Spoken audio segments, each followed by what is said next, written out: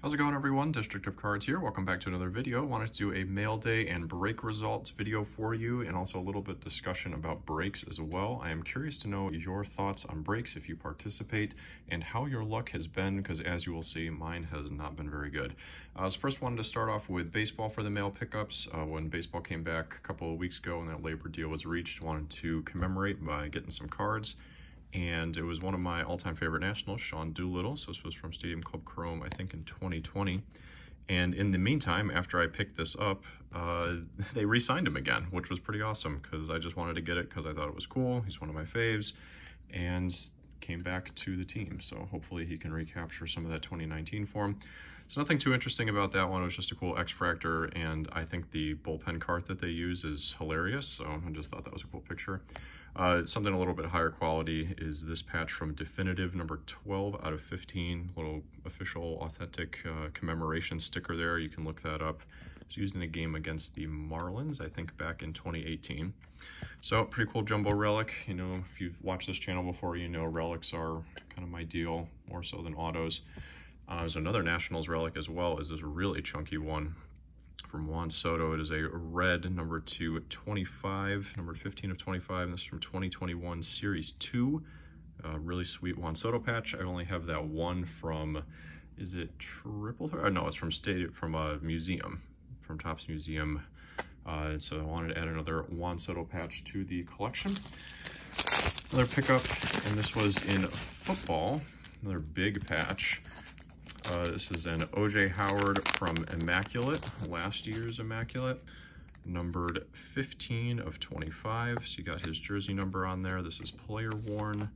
And you got this one, why Tampa Bay Buccaneer? Because he just signed for the Bills. So another tight end for Josh Allen to throw to alongside Dawson Knox. Hopefully he can be a good weapon for the Bills this year. Bills did really crazy stuff in free agency, signing Von Miller.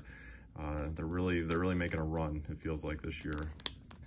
So this was nice. Picked that up for $8, which is always really great for any kind of Immaculate product, given how much the product costs originally. So when I saw that out there, I was like, this is a cool way to mark a new player for the Bills. I didn't mention the prices on this before. I think the X-Fractor was obviously like $1.50 or $2. Wasn't that crazy. This was into the teens-ish. Maybe that was like 12 or so. And then the Juan Soto one was 30. Probably more than I would have wanted to pay for just a relic from the flagship product, but given that it was chunky and numbered 25, you know, it's okay. You can usually find Soto stuff in the regular relics for just a couple of dollars, but since it was a little more chunky, I'm sure that was the premium. All right, so on to break results.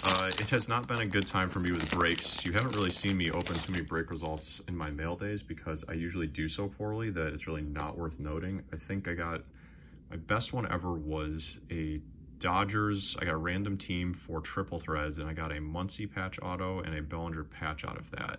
And I probably sold both of those cards for maybe $10 more than I paid for the slot. You know, they weren't any crazy price. But this was the better of my two breaks. For F1 2021, I got Alpine, and so just a bunch of base here. A couple of secondary driver cards for Ocon and Fernando Alonso. Got Ocon's car card there. Of course, they used to be called Renault, so you have the Renault stuff was included in that break. A couple of inserts, Alonso Redliners, Ocon podium there from when he won at Hungary, and then two of his car cards from the 1961 car set. And then I thought this was just interesting, highlighting the Topps, hashtag Topps quality control, the printing differences that you can see like on the hoodie, on the refractor versus on the normal card. They kind of missed their punch a little bit. So I got the base one, and then this was the only refractor of the bunch. The two desirable cards that you want out of this set, the driver portraits. So got Alonso card number 9, I think, yep, and Ocon card number 10. Nothing too special about those. And the best cards of the break were the Davide Brivio. He is the race director. Well, I think it's called racing director, but I know it is, yeah, team principals, I think what.